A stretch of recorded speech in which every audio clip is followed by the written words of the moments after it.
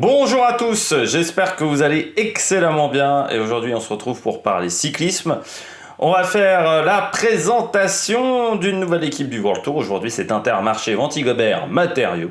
On va revenir sur la saison 2021 de cette équipe, sur les victoires de cette équipe, également sur l'effectif 2022, sur les transferts également de cette formation et il y a quand même quelques changements du côté de l'équipe Vantigobert.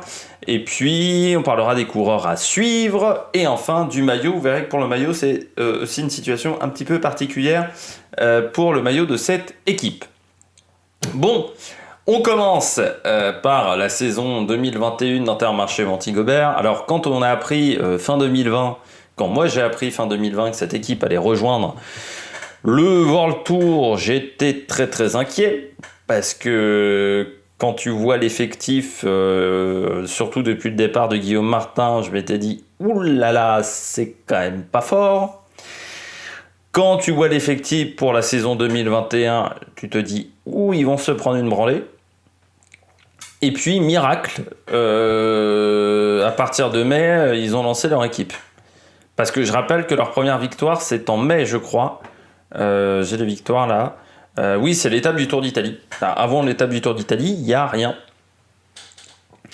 Donc, c'est vrai que je me suis dit, oui, ça va peut-être être difficile quand même pour cette équipe cette année. Et puis, à la fin, il y a quand même 9 victoires, dont 3 courses World Tour. Ils ont porté le maillot de leader également sur le Giro et le Tour d'Espagne. Donc ça a été non, sur le Giro je ne sais plus, sur le Tour d'Espagne sûr, avec Odd Christian et King. Bon, ça a été plutôt une année quand tu vois la qualité de l'effectif, tu dis c'est plutôt une très bonne année parce que l'effectif quand même il est pas fou quoi. L'effectif de cette équipe, il est pas en 2021, c'est un effectif d'équipe moyenne, un effectif moyen de Pro Team. Il est de moins bonne qualité que l'effectif de la Total, que Alpecin largement, mais du même niveau que BNB, l'effectif. Par contre, ils ont maximisé les résultats, notamment avec Taco Van Der Horn. Il y a aussi Grimey, quand il est arrivé de Delco, qui a été très très bon. Ça a été plutôt une bonne année, quoi. Vraiment une bonne année. Et, moi, je trouve que du côté de cette formation, on a eu des très bons résultats par rapport, encore une fois, à un effectif qui n'était pas dingue. Surtout que au classement, j'ai oublié de parler sur les précédentes équipes du classement World Team... Attends, comment il s'appelle déjà ? World Team Ranking, voilà, de l'UCI. Ils finissent 14e, c'est-à-dire qu'ils sont quand même devant Cofidis, devant Bike Exchange, devant BNB Hotel, devant l'Auto Soudal. Donc c'est quand même plutôt pas mal. Hein. Ils sont à 5616 points, donc à 500 points de Movistar. Là aussi, c'est-à-dire qu'ils ont été très bons. Ils ont quand même 9 victoires.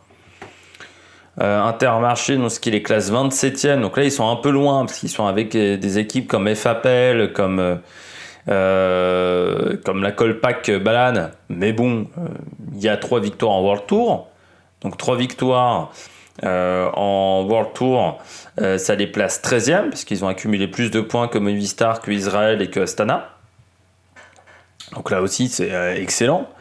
Et puis, ils ont quand même gagné avec 6 coureurs différents. Donc ça les classe 20e. Devant la Total, devant Bardiani, devant la Lotto. Donc là aussi, très intéressant de ce côté-là. Devant des SM aussi. Donc ça a été plutôt une très bonne année pour cette formation. On va revenir sur les victoires. Alors, donc il y en a 9.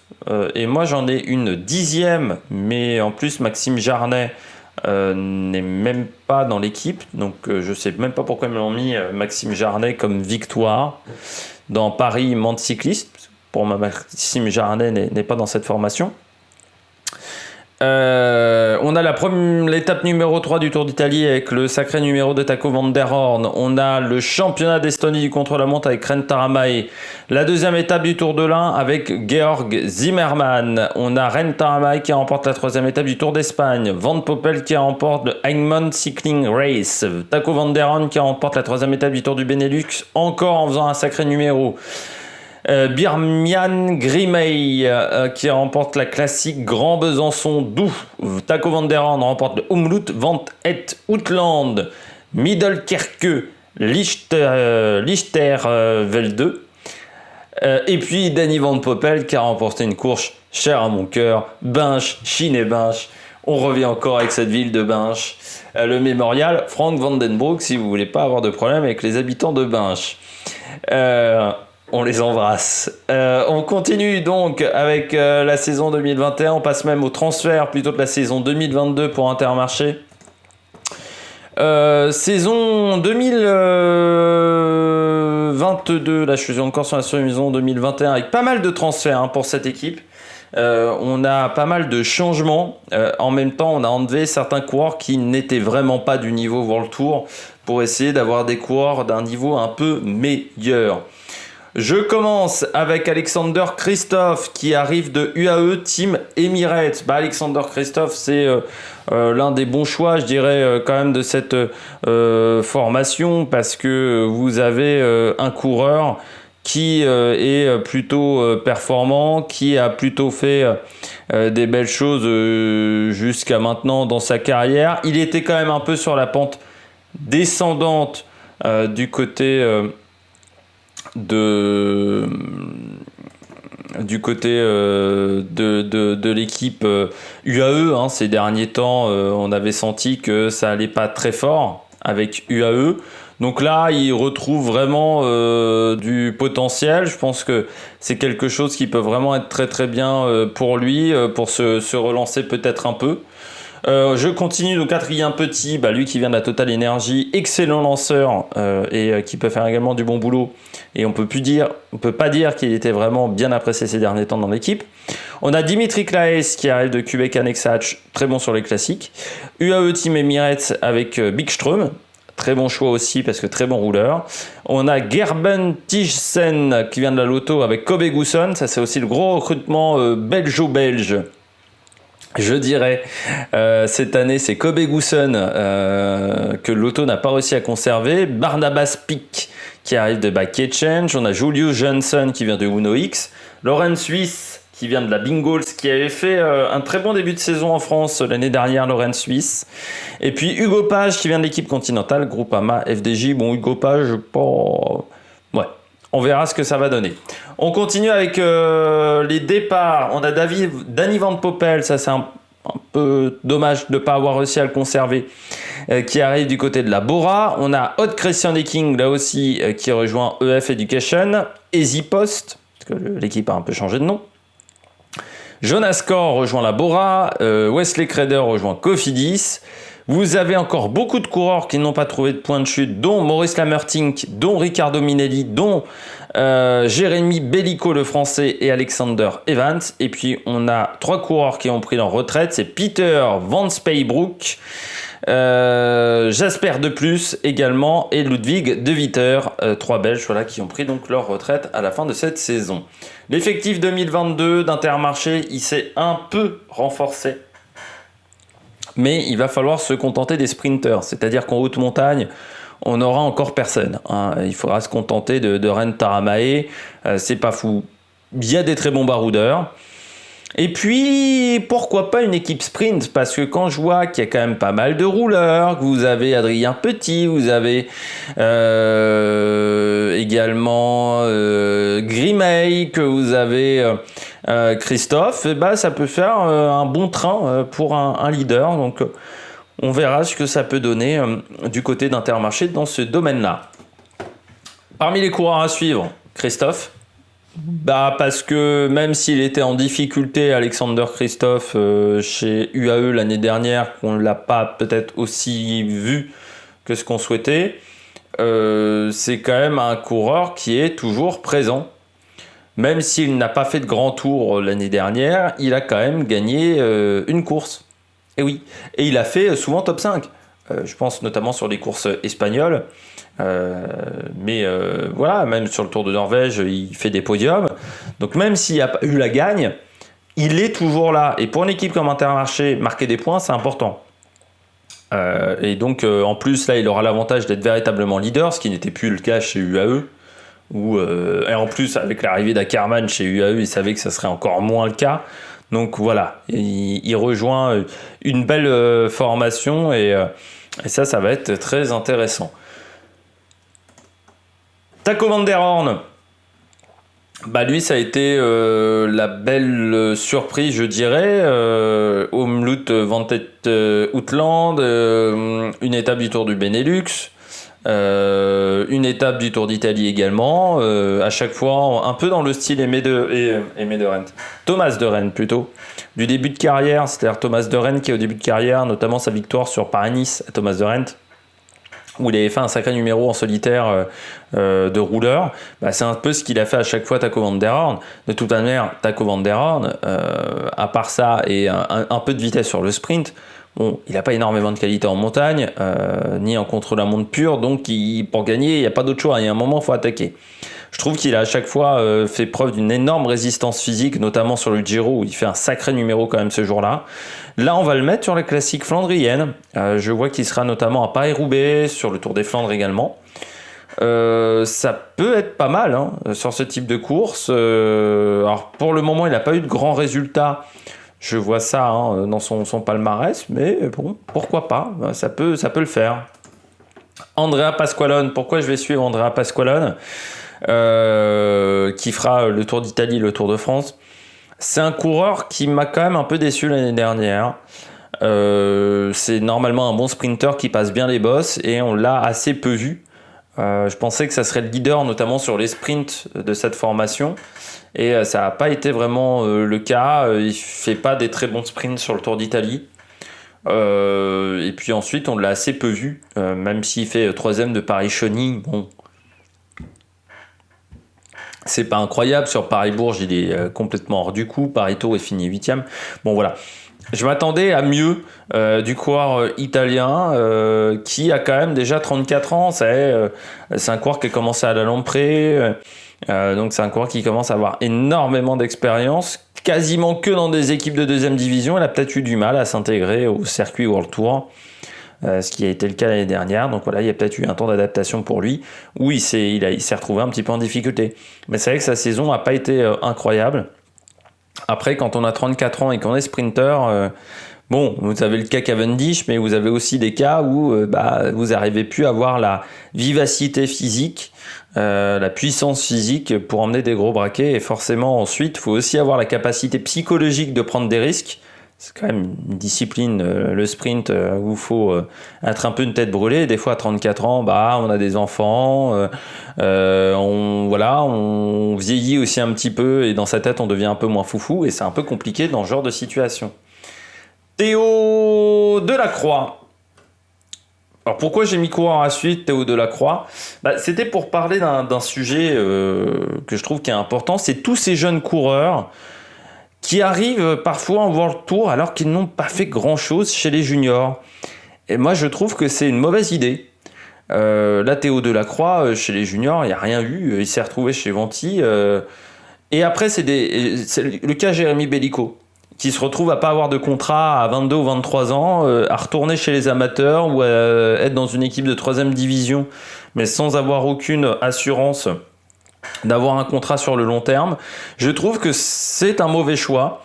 Ces coureurs-là sont pas encore matures quand ils arrivent en World Tour et c'est plus facile quand même de progresser quand tu as quand même des résultats derrière où tu arrives à faire des top 10 ou des top 15 sur des courses que quand tu finis 55e d'une épreuve. Et pourtant, tu étais dans la forme de ta vie. Moi, je pense que ces jeunes-là devraient, surtout en France où on a un bon championnat, d'un bon championnat amateur, notre championnat de France amateur de première division, il a un très très bon niveau. Moi je pense que ces coureurs-là, on devrait les laisser dans ces championnats-là et les faire progresser et les prendre un peu plus tard. Ce mec-là, il a commencé à 19 ans, quasiment, ou à 20 ans, alors qu'il n'avait pas fait grand-chose dans sa carrière. Je trouve que c'est une erreur, parce qu'après, c'est des mecs à qui on fait miroiter le monde professionnel. Quand ils se retrouvent dedans, ils sont pas heureux, parce qu'ils n'ont pas les résultats derrière. Et puis, ils se retrouvent à 23 ans, 24 ans, à être au chômage. Et en plus, ils n'ont pas de formation à côté, on va dire, une formation étudiante derrière. Donc, ils se retrouvent à être dans des vraies situations compliquées, en plus financièrement. Donc, voilà, je trouve que c'est... Et Intermarché en a plusieurs comme ça, hein. Il y a Hugo Page aussi. Je trouve que y a une responsabilité de ce type d'équipe dans ce type de choix et après avec des situations qui deviennent très compliquées. Bimian Grimay, je sais jamais, Guermey, je crois que c'est comme ça, qui était chez Delco. Bon, Delco a fait faillite et l'avait libéré déjà au mois de mai. Très jeune coureur, mais lui très très prometteur depuis les catégories jeunes. Vice-champion du monde, U23, alors qu'il a 21 ans. Ça, c'est quand même du costaud. Sur un circuit qui était quand même pas facile, même si les juniors, les U23 n'avaient qu'un passage par le grand circuit avec les pavés. Il fallait quand même passer les pavés. Il avait fait un très beau sprint ce jour-là, tout seul. C'est un coureur, moi, qui est hyper prometteur de ce que j'ai vu, notamment chez Delco. Sur le circuit français, il était vraiment très très bien. Donc dommage pour Delco que financièrement ils aient perdu des Nippo et que derrière ça les a mis en très grande précarité financière et qu'ils ont même arrêté l'équipe. Et du côté d'Intermarché, qui était quand même professionnel, je rappelle, parce qu'avant c'était la Pomme Marseille, ça faisait depuis 15 ans, ils étaient là dès le départ. Donc c'est un peu triste également qu'en France il n'y ait pas une entreprise qui ait réussi qu'ils n'aient pas trouvé un repreneur. Je trouve quand on a quand même c'est quand même une équipe qui a amené beaucoup de coureurs au niveau du haut niveau, notamment avec sa structure amateur, mais même la structure professionnelle. Il y a quand même pas mal de coureurs qui ont débuté, français, qui ont débuté dans cette structure-là, la Pomme Marseille. Après, peut-être également la mauvaise image due à Rémi Di Gregorio n'a pas aidé peut-être à un moment. Mais du côté du coureur érythréen, lui c'est la 3e génération de coureurs érythréens. Je pense qu'à partir de cette génération-là, ils vont être très bons. Aujourd'hui, ils ont encore parfois des lacunes au niveau tactique, parce que c'est que la 2e génération qui est chez les professionnels. Grosso modo, il y a eu la génération avec Nathanaël Berham. Lui, c'était le premier, l'un des pionniers. Vous avez ensuite la 2e génération. Et là, c'est la 13e génération qui arrive avec une meilleure préparation pour arriver dans le monde professionnel aussi, pardon. Et là, je trouve qu'on commence à avoir une vraie maturité chez les coureurs érythréens, mais ça va peut-être arriver également chez d'autres nations africaines. Et je trouve qu'en plus, voilà, on a un très bon profil. Sprinter, grand gabarit, quand même 1m84, 70 kg, mais grand gabarit en taille, mais pas hyper massif. Il peut prendre encore 1 ou 2 kilos facilement en muscle coco, mais il a une facilité un peu surprenante à se placer seul, je trouve. Et ça, c'est très fort. Et puis, il a des capacités quand même en punch. 5e de Grand Piemonte. On est sur une pépite, vraiment, Birman Grimay. 21 ans et faire 5e de Grand Piemonte, c'est pas arrivé à tout le monde. Adrien Petit. 31 ans, Adrien Petit, qui rejoint une équipe étrangère pour la première fois de sa carrière. Il avait fait Cofidis, ensuite Total, Direct Energy et Direct Energy.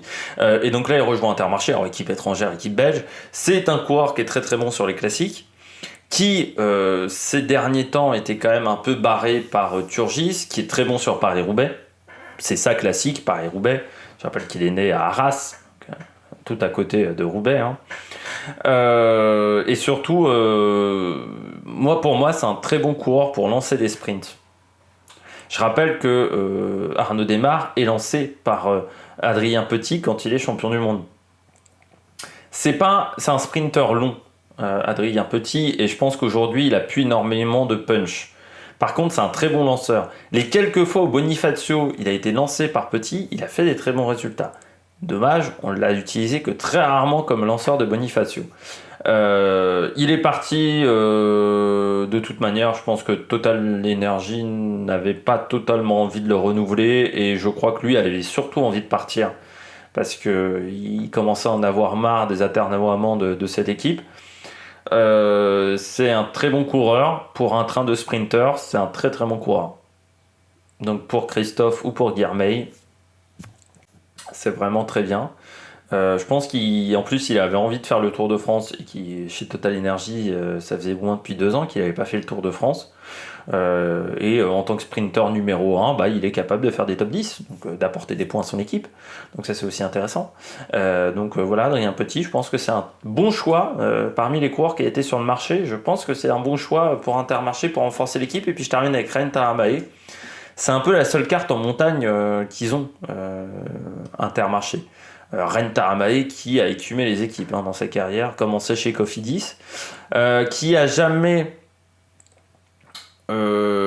c'était un bel espoir du cyclisme international, mais qui n'est pas passé de espoir à coureur performant sur le long terme. Mais ça reste quand même un coureur qui est capable de remporter des étapes, notamment sur les grands tours, mais qui est capable de faire des top 5, de remporter des courses d'une semaine aussi.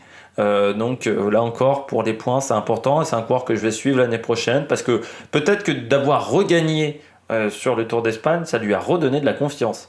Ça serait intéressant de voir l'année prochaine, surtout que c'est sa dernière année de contrat chez Intermarché. Donc ça serait intéressant de voir comment il marche dans cette équipe lors de la saison prochaine. On passe au maillot 2022 de Intermarché. Alors, pour tout vous dire, le kit n'a pas encore été totalement révélé. Sauf qu'il y a une image qui a fuité, qu'Intermarché a fait fuiter sur son nouveau maillot. Le maillot va quand même pas mal changer. Alors il faut savoir que le maillot Intermarché, je crois que c'était le plus dégueulasse. Je considère que vraiment il avait été fait avec les pieds. Là, ce nouveau maillot, il y aura du jaune, il y aura du bleu, au moins on les repérera dans le peloton. Il y a quand même encore une accumulation de sponsors sur le torse, mais bon, en même temps, quand le nom de l'équipe c'est Intermarché, Venti, Gobert, Matériaux, t'as déjà 25 lettres à poser sur le maillot, donc autant te dire que c'est un peu compliqué à faire. Quand il y a d'autres co-sponsors en plus, c'est pas facile non plus. Donc voilà, de ce que je vois, le maillot m'a l'air pas mal. Quand vous aurez vous la vidéo, le kit aura été révélé, donc tout vous sera affiché à l'écran. Voilà, c'est l'avantage de l'upload un peu long pour ces vidéos de présentation d'équipes cyclistes. Bon, j'espère que vous avez aimé cette vidéo. Si vous avez aimé cette vidéo, n'hésitez pas à réagir dans les commentaires, à mettre un pouce bleu, à partager la vidéo également sur les réseaux sociaux et votre entourage. Nous, on se retrouve donc pour une nouvelle vidéo. Ça sera Israël Première Tech. Voilà. Israël qui a un co-sponsor désormais, qui était l'ancien co-sponsor d'Astana, qui rejoint donc Israël. On verra tout ça lors de la prochaine vidéo. Allez, ciao ciao sur l'Amérique Production.